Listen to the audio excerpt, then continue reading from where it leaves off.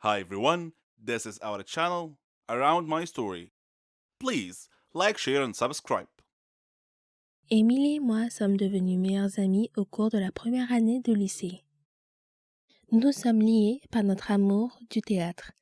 Nous fréquentions les mêmes groupes et suivions les mêmes cours. Il semblait si facile d'être meilleures amies. Les choses se sont compliquées lorsqu'il a fallu passer à l'université. Nous n'allions pas dans la même université, mais nous étions toujours très proches en tant qu'amis. Nous nous envoyions beaucoup de messages sur ce qui se passait dans nos vies et lorsque j'avais besoin d'un conseil, elle était la première personne à qui je parlais. J'ai eu du mal à faire la transition entre le lycée et l'université, où tout semblait si facile. L'université était un endroit complètement différent pour moi, et c'est à elle que j'en parlais. En première année, je la voyais tous les 2 mois. Elle était suffisamment proche pour que nous puissions essayer de trouver le temps de passer du temps ensemble. Je n'avais pas beaucoup d'amis, il était donc plus facile de lui laisser mon temps libre. Cela ne me dérangeait pas, c'était ma meilleure amie. La deuxième année a été la même chose. Mais j'avais mis de l'ordre dans ma vie. Je ne me débattais pas dans mes cours, mais ma vie sociale était toujours la même. Je n'avais que peu d'amis avec lesquels je traînais, et cela ne me dérangeait pas parce que je l'avais, elle. Nous nous parlions et nous nous envoyions des messages à propos de tout, et je lui faisais part de tous mes soucis et de toutes mes frustrations. Sans elle, je n'aurais pas survécu à ces 2 premières années. Je ne me souviens pas vraiment de ce qui s'est passé l'été dernier, avant la première année, mais je pense que c'est à ce moment-là que j'ai décidé de sortir de ma coquille et de profiter de mes années d'université. Au début de ma première année, j'ai rencontré de nouvelles personnes avec lesquelles j'ai vraiment apprécié d'être en contact. Ils vivaient dans les dortoirs, dans le même couloir que moi, alors il était facile de passer du temps avec eux, même si c'était jusqu'à 2 heures du matin et que nous avions des cours tôt le lendemain matin. Je leur consacrais plus de temps et je ne me rendais même pas compte que j'avais mis ma relation avec ma meilleure amie entre parenthèses. Je ne l'ai découvert que lorsque j'ai essayé de lui parler et qu'elle ne m'a pas répondu. J'ai appris plus tard par ma sœur, qui était également très amie avec elle, qu'elles avaient parlé du fait que je l'ignorais. Elle m'envoyait des messages et je ne répondais pas. Elle essayait de me parler et j'étais trop occupée. Je ne me souvenais pas avoir fait tout cela. Je pensais que j'étais assez constante et que je répondais toujours. Je m'étais attachée à mes nouveaux amis. Ils faisaient désormais partie de ma vie quotidienne et je l'avais inconsciemment remplacé. Les 2 derniers mois de notre amitié, j'avais essayé de lui parler et d'arranger les choses, mais en vain. C'était la fin du semestre. Nous étions toutes les deux stressées par les examens et les problèmes familiaux et nous ne pouvions pas vraiment parler. Nous avons finalement parlé pendant les vacances d'hiver. Je n'avais aucune excuse pour ce que j'avais fait et lorsqu'elle m'a appelée, je lui ai dit que je ne voulais jamais la perdre. Notre amitié a pris fin ce jour-là.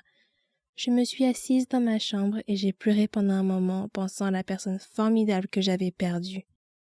Je me sentais coupable de ce que j'avais fait. J'étais passée à autre chose, sans jamais le lui dire, et c'est là que j'ai fait une erreur.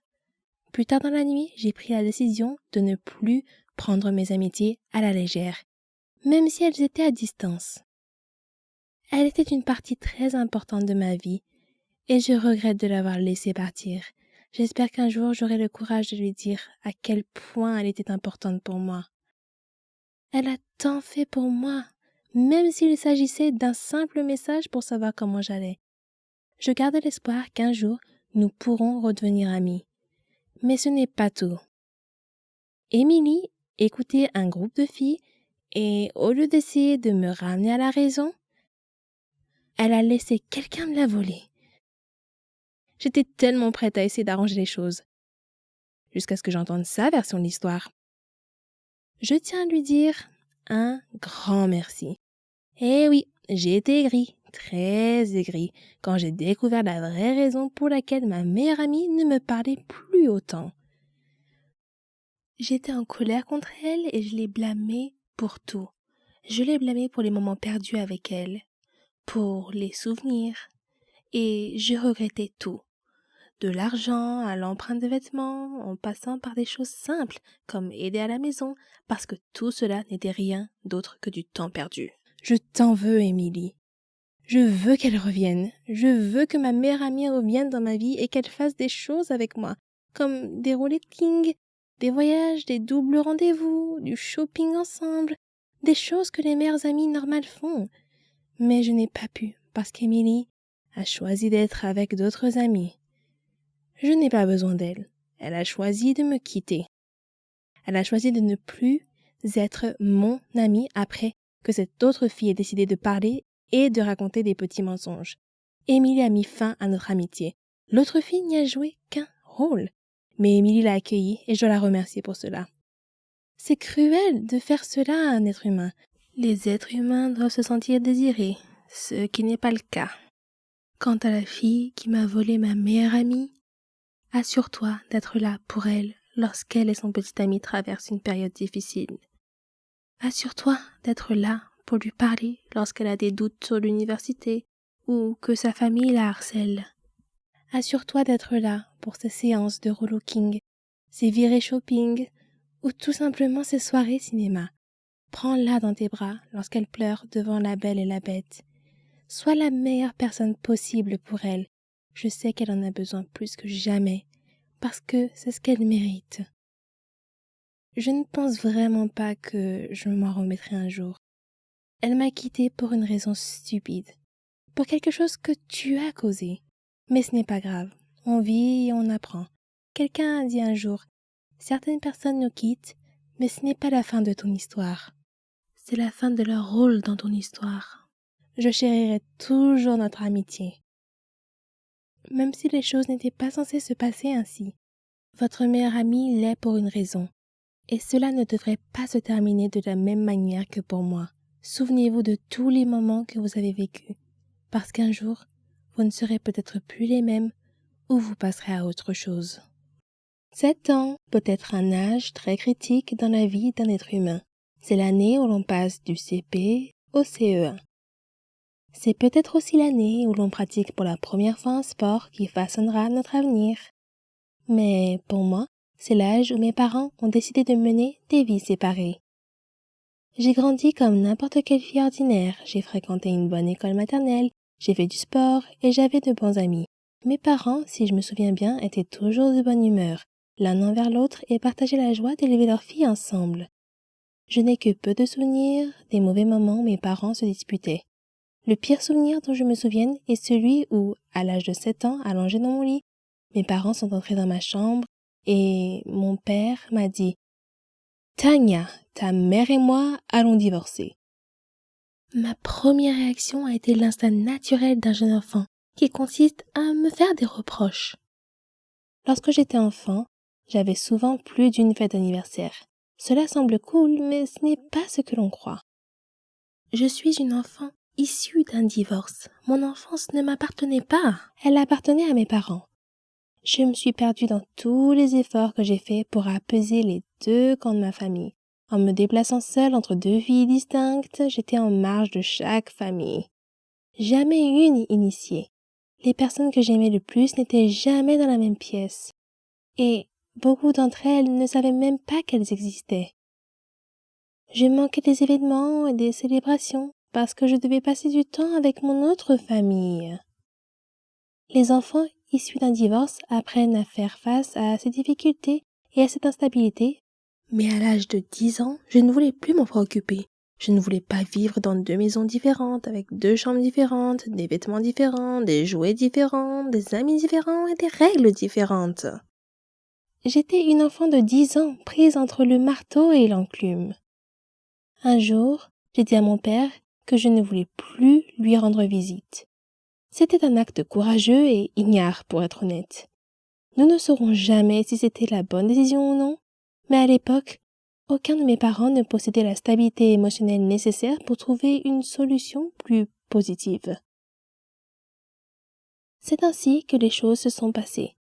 La lutte pour le pouvoir qui était restée latente entre mes parents a éclaté à nouveau. Et cette fois-ci, c'est moi qui en ai été la cible. Cette fois, j'étais responsable de la discorde. Dans une maison, on me blâmait. Dans l'autre, j'étais une victime. Il n'y avait plus de fêtes d'anniversaire multiples. Au lieu de cela, il y avait la stabilité et la cohérence dans une maison, la colère et l'évitement dans l'autre. Les choix entraînent des conséquences et, au fil du temps, j'ai perdu le contact avec la famille de mon père.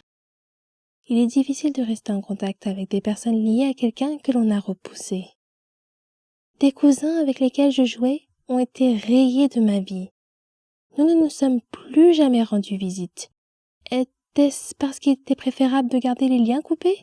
Ou était-ce ma punition pour avoir été une horrible enfant? Tout ce que je connaissais, c'était le silence et la perte. Au début de mon adolescence, ma mère s'est remariée et j'ai rencontré de nouveaux cousins. J'ai appris de nouvelles traditions de Noël et je me suis assise à la table avec des nouveaux enfants. Au lieu de reballoter d'une famille à l'autre, la vie s'est stabilisée. Même si je n'avais des nouvelles de mon père qu'une ou deux fois par an, la vie était relativement stable. Mais les choses ont changé à nouveau lorsque ma mère et mon beau-père se sont séparés au cours de ma première année d'université. Je tentais de rester en contact avec les membres de ma famille chaque fois que je rentrais chez moi pour les vacances. Encore une fois, j'essayais de faire plaisir à tout le monde, alors que l'anxiété envahissait mes pensées. Avec qui dois-je passer le réveillon de Noël? Dois-je rendre visite à telle ou telle famille? Seront-ils offensés si je ne prends pas le temps de les voir? Seront-ils offensés si je n'apporte pas de cadeaux? J'aurais aimé que tout le monde vienne me rendre visite, mais cela n'aurait pas très bien marché chez ma mère. Au lieu de cela, j'ai rendu visite à tout le monde par mes propres moyens, en apportant des petits cadeaux bien pensés que j'avais achetés avec mon budget d'étudiante. Je faisais la causette et me sentais étrangère. J'étais toujours l'invitée gênante, jamais l'hôte chaleureuse. Pendant les 10 années qui ont suivi ma sortie de l'université, j'ai vécu loin de chez moi. Pas un seul membre de mes 4 familles, à l'exception de ma mère, n'est venu me rendre visite, ne m'a appelé ou n'a même fait savoir qu'il passait en ville. Pourtant, chaque fois que je rentrais chez moi pour Noël, je programmais des visites, j'achetais des cadeaux et je prenais le temps de voir autant de personnes que possible. Je faisais cela pour qu'ils se sentent bien, pas moi. Il y a 2 ans, j'ai déménagé et je vis désormais à moins d'une journée de route de mes 4 familles, de leurs nouveaux conjoints et de leurs jeunes enfants. Nous sommes tous connectés sur Facebook, mais ma mère est toujours la seule personne qui m'appelle ou me rend visite. Lorsque j'entends dire qu'un membre de la famille est passé par la ville mais n'a pas appelé, cela m'attriste. Mais je me rends compte qu'ils n'appellent pas parce qu'ils ne me connaissent pas vraiment. Pour eux, je n'ai jamais été une personne fixe. Je n'étais là que pour quelques Noëls par-ci et par-là. Bien qu'ils soient ma famille, je n'ai jamais été la leur. Ils ne savent pas qu'ils ne sont qu'une des nombreuses personnes réparties dans 4 familles différentes avec lesquelles je n'ai pas pu rester en contact. Parfois, le divorce nous disperse trop pour que nous puissions nouer de véritables liens familiaux durables. Cet été, je vais me marier et fonder une famille. J'essaie de ne pas avoir trop d'attentes. Je sais qu'aucune famille n'est parfaite, mais mon futur mari est le roi du contact avec les gens. Il est persévérant, charismatique, indulgent et loyal. Il m'apprend le sens du mot famille. Ensemble, nous apprendrons à nos enfants à se tendre la main avec compassion et à se soutenir mutuellement dans les moments difficiles. Je me languis de joie et d'amitié avec ma nouvelle famille et j'ai l'intention de faire tout ce qui est en mon pouvoir pour rester mariée.